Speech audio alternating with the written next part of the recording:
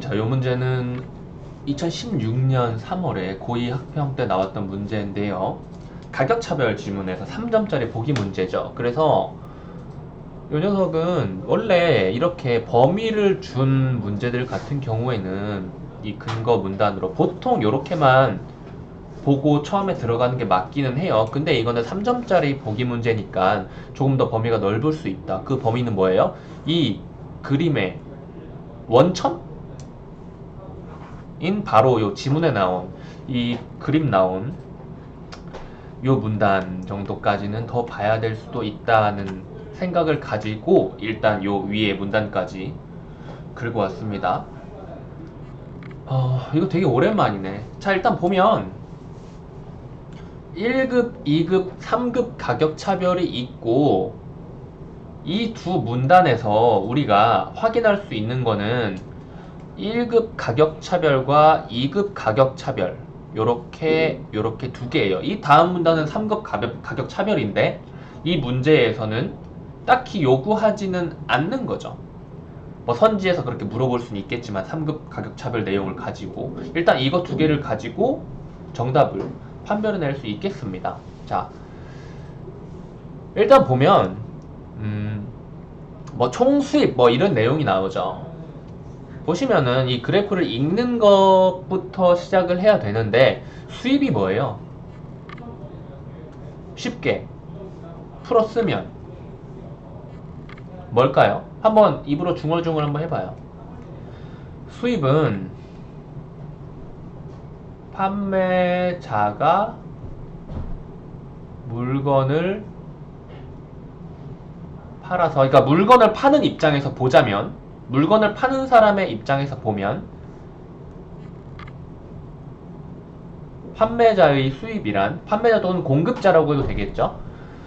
판매자가 물건을 팔아서 얻는 돈을 말합니다. 그리고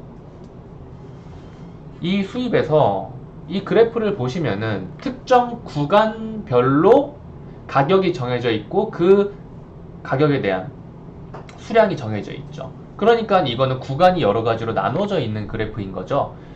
3개의 구간으로 나뉠 수가 있어요. 1000 곱하기 개수가 1개, 그리고 두 번째는 940 곱하기, 여기서 1000 곱하기 1개로 했던 요 구간은 이미 수입에 포함되었기 때문에 이 다음 구간 계산할 때는 빼야죠. 그래서 여기 5라고 적혀 있는 겁니다. 총 6이지만은 1은 1000원으로 잡혀 있기 때문에, 그래서 940 곱하기 5, 그리고 그 다음 여기도 수입으로 잡혔을 거고요. 그리고 그 다음 이 부분이 바로 800원짜리로 팔았을 때 수입인 거죠. 색깔을 이렇게 하는 게 더 낫겠네요. 그리고 800 곱하기 10, 이 구간을 전부 다 더하면은 이 그래프상으로 볼 수 있는 판매자의 모든 수입을 산정한 것이기 때문에 총 수입이 되는 겁니다.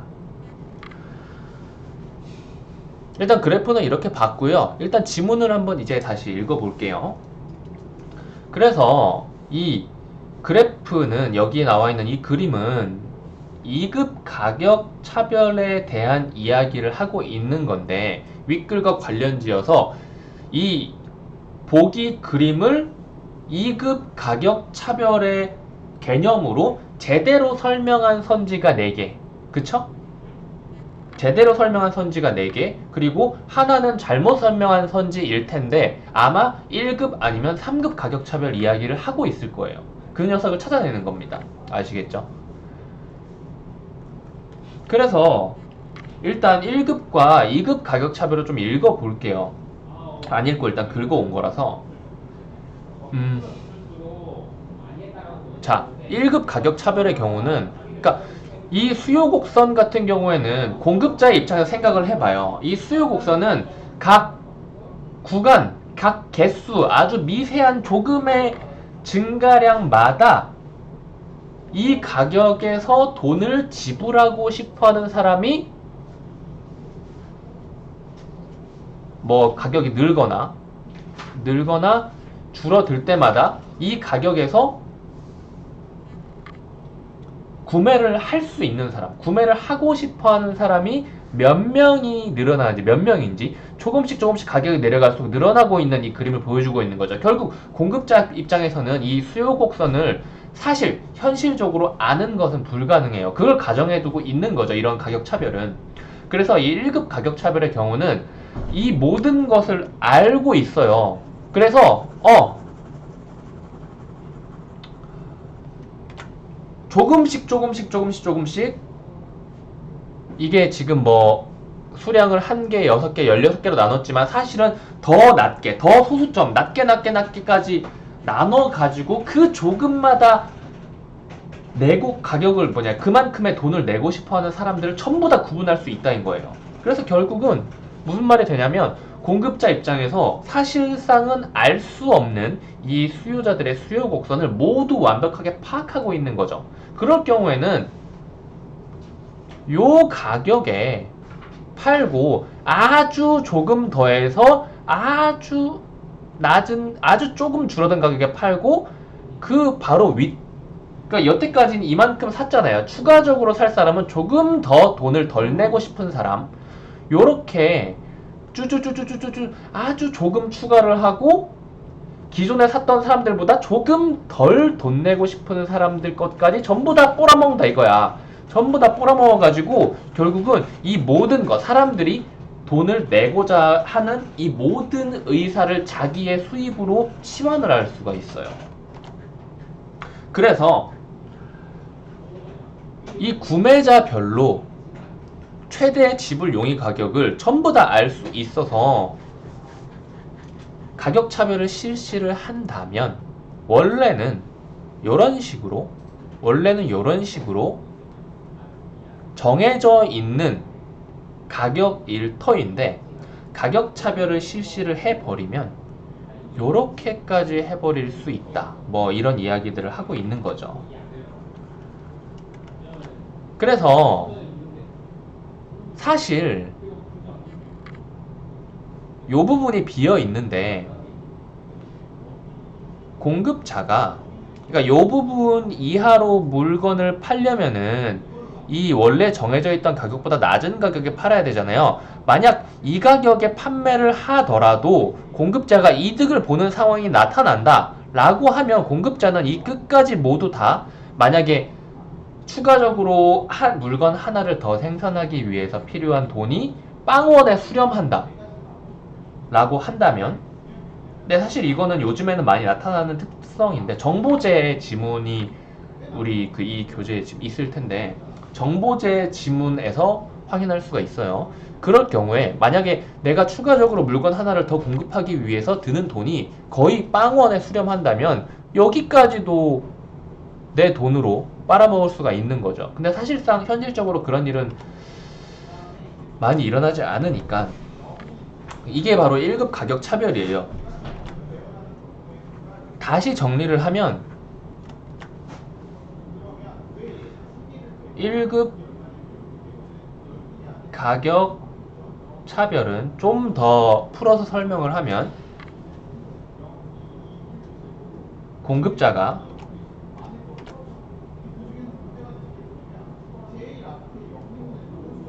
공급하고자 하는 최저 가격.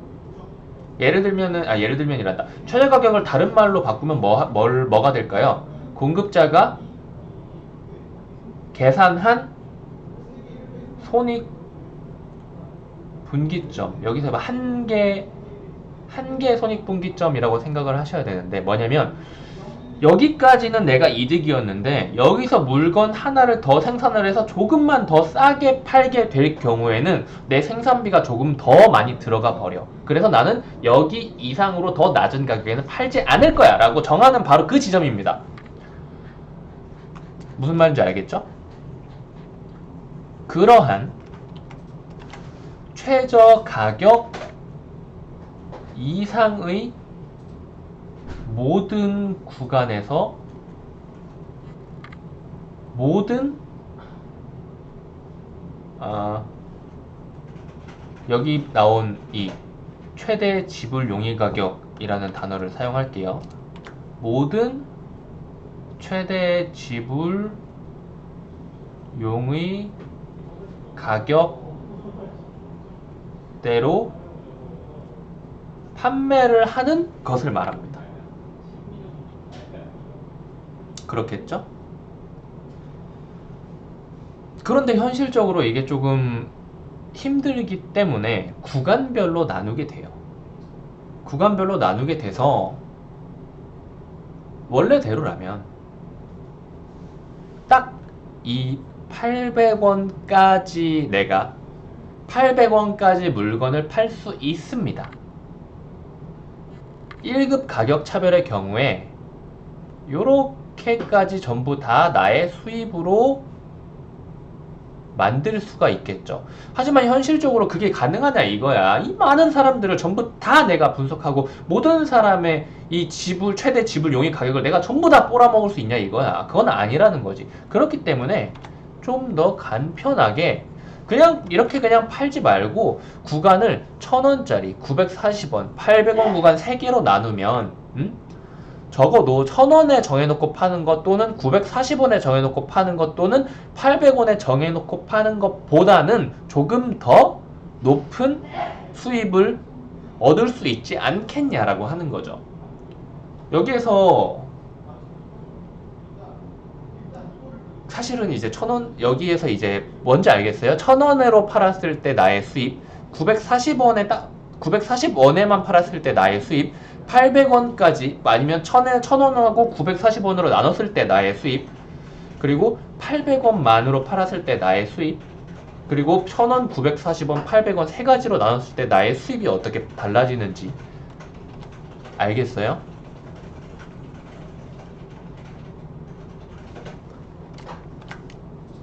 그릴 수 있겠어요? 점선 빗금으로 1000원에만 딱 정해서 팔았을 때는 딱 요것만 된다 이거죠.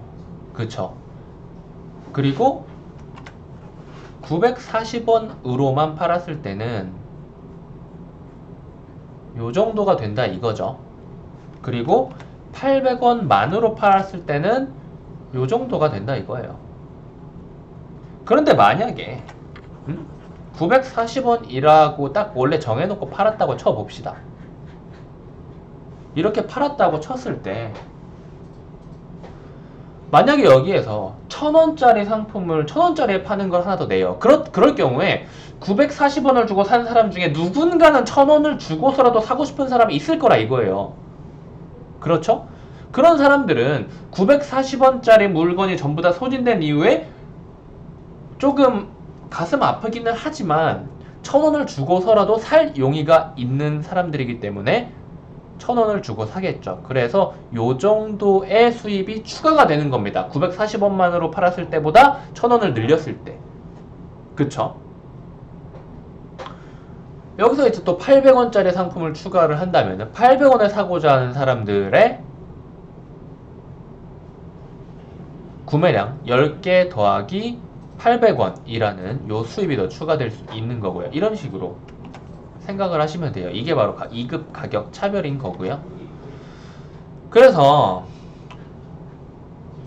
이제 여기까지 이야기를 한 거죠. 그래서 2급 가격 차별에 대해서 간단하게 읽어보면 뭐 설명한 그대로 구간 가격 설정 방식이라고 하는 건데요. 소량 구입을 하는 고객에게는 높은 가격을 매기고, 내가 말한 거랑 살짝살짝 핀트가 다를 수는 있겠지만 말하고자 하는 건 똑같은 거예요. 소량 구입을 하는 고객에게는 높은 가격을 매기고 대량 구입을 하는 고객에게는 가격을 낮춰주는 방식이다. 이걸 다른 말로 생각을 하면은 대량 구매를 하는 고객은 그만큼 대량 구매를 하니까 싸게 해달라고 할 수 있는 거죠. 보통 모든 우리 거래가 그런 식으로 이루어져요. 대량 구매를 하는 사람한테 할인을 해줍니다. 그래서 예를 들어서 판매자가 16개 라면을 생산하여 1개, 5개, 10개 단위로 각각 1000원, 4000원, 8000원에 파는 것이야. 마트 보면 이런 거 되게 많이 있죠. 많이 묶어 팔수록 싸게 팔죠. 그것이 바로 여기에 그래프로 적용이 되어 있는 거예요. 하나 팔 때는 1,000원에 팔고요. 5개 팔 때는 940원에 팔아서 940 곱하기 5는 얼마예요? 940 곱하기 5는 여기는 하나 1,000원, 1,000원이고 여기는 바로 요 구간은 5 곱하기 940이니까 4,700이고요. 요 구간은 뭐예요? 10 곱하기 800이니까 8,000인 거죠.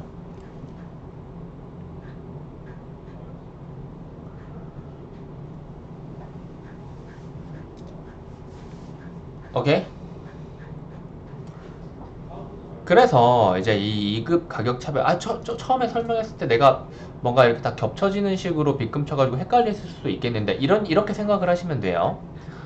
그래서 이거 다 지울게요, 이제. 이 2급 가격 차별의 입장에서 이제 선지들을 판단을 하셔야 되는데, 실제로 이 정도의 이해는 이렇게 오래 걸려가지고 되는 게 아니라 쓱 보면서 머릿속으로 최대한 빠르게 이루어져야 되는 거예요. 그건 연습을 계속 하시면 될 거고요. 자, 1번. 판매자의 총 수입은 가격을 3구간으로 나누어 결정할 때보다 5구간으로 나누어 결정할 때 어떤 거예요? 3구간, 이것도 표로 만들어 볼까요? 표로 굳이 만들 필요는 없는데, 자, 1급 가격 차별은 생략할게요. 2급 가격 차별도 생략할게요. 그리고 3급 가격 차별도 생략할게요. 3급 가격 차별은 안 읽었지만 1급과 2급을 읽었을 때 대충 유추할 수가 있죠. 그러니까 실제로 지문을 보면 뭐 나올 거고요. 1급 가격 차별은 가격 구간이 뭐 이게 그렇게 딱 맞아떨어지는 건 아니라고 생각하지만 거의 요런 느낌이죠. 가격 구간이 무수히 많죠. 그쵸? 2급 가격 차별은 가격 구간이 소수인 거고요. 3급 가격 차별은 그럼 가격 구간이 어떻겠어요? 1 내지 2개 정도겠죠. 지문을 한번 읽어볼까요? 3급 가격 차별은 가격 변동에 지금 이 아랫부분 읽고 있어요. 가격 변동에 따른 수요의 민감도를 나타내는 수요의 가격 탄력성을 기준으로 구매자를 2개 이상의 그룹으로 구분한 다음 그룹별로 다른 가격 1에서 2라고 보기에는 뭐하고 그룹별로 가격을 산정한다. 그래서 2급 가격 차별은 여러 개 구간으로 나눌 수 있지만 3급 가격은 그룹을 엄청나게 세분화할 수는 없어요. 여기서 말했듯이 뭐 청소년과 노인 그룹 이런 식으로 딱 잘라가지고 나눌 수는 있겠지만, 하지만 청소년 중에서도 여자, 남자, 중학생, 고등학생 이런 식으로 더 많이 나눌 수 있겠죠. 그게 바로 2급 가격 차별에서는 가능한 거일 거고요. 그렇다는 것은 이 가격 구간은 3급, 2급, 1급으로 갈수록 점점 더 커진다 이거예요. 그쵸? 그리고 수입은 당연히 이 모든 수요 곡선의 아랫부분을 포괄할 수 있는 1급 가격 차별이 가장 높고, 그리고 2급 가격 차별이 두 번째, 3급 가격 차별이 세 번째일 겁니다. 1번 선지 볼까요? 판매자의 총 수입은 가격을 3구간으로 나누어 결정할 때보다 5구간으로 나누어 결정할 때 어떻게 되겠어요? 2급 가격 차별에서 1급 가격 차별에 더 가까운 모습이 되면은 가격 구간이 많아지고 수입이 늘어나죠. 그런데 여기서 무슨 말을 했어요? 더 감소한다라고 말했으니까 틀린 말인 거예요. 2번 선지 볼까요? 판매자는 상품의 수량을 구간별로 나누어 구매자들에게 서로 다른 가격을 제시한다. 상품의 수량을 구간별로 나누고 각 구간에 대해 구매자들에게 서로 다른 가격을 매기는 것이다. 근데 이게 뭐야? 답은 1번이네요. 그쵸? 적절하지 않은 거 찾는 거니까. 나머지 선지들이 2급 가격 차별로 제대로 설명을 했는지 지금 보고 있는 거예요. 이거는 그냥 그대로 이 밑줄 친 부분을 그대로 복사 붙여넣기 한 선지였고요. 3번. 판매자는 가격을 차별하여 구입하는 수량이 많은 고객에게 가격을 낮추어 준다. 구입하는 수량이 10개인 고객한테 가장 낮은 가격, 구입하는 수량이 5개인 고객한테 중간 가격, 구입하는 수량이 1개인 고객한테 제일 높은 가격. 바로 이 부분, 이 부분, 이 부분, 이 부분. 이 예시 부분은 지우고 그냥 여기서 나온 이거, 이게 2번 선지 근거고 이게 바로 여기가 3번 선지 근거가 되는 거겠죠. 4번 판매자의 총수입은 상품 가격을 800원으로 단일하게 책정을 한다면 어떻게 될까요? 800원으로 단일하게 책정을 한다면 1000원에 살 수 있는 사람, 940원에 살 수 있는 사람 모두 다 800원에 사게 되겠죠. 하지만 이 2급 가격 차별로 3개의 구간으로 나눈다면은 빨간색 빗금친 바로 이 부분과 초록색 빗금친 바로 이 부분이 각각 1000원에 하나를 사는 사람, 940원에 5개를 사는 사람이 더 내는 돈인 거죠. 이 부분이 증가를 하기 때문에 맞다라고 보시면 됩니다. 그리고 판매자의 총수입은 1000 곱하기 1, 940 곱하기 5, 800 곱하기 10의 면적에 해당한다. 이 아까 처음에 그렸던 여기서 지금 나온 거죠. 한 개를 1000원에, 5개를 4700원에, 10개를 8000원에. 이걸 이렇게 나누면 1000 곱하기 1, 940 곱하기 5, 800 곱하기 10이 되는 거고요. 이걸 각각 사각형으로 그려보면, 빗금을 쳐보면 요것이 1000 곱하기 1인 거고요. 그리고 요것이 940 곱하기 5인 거고요.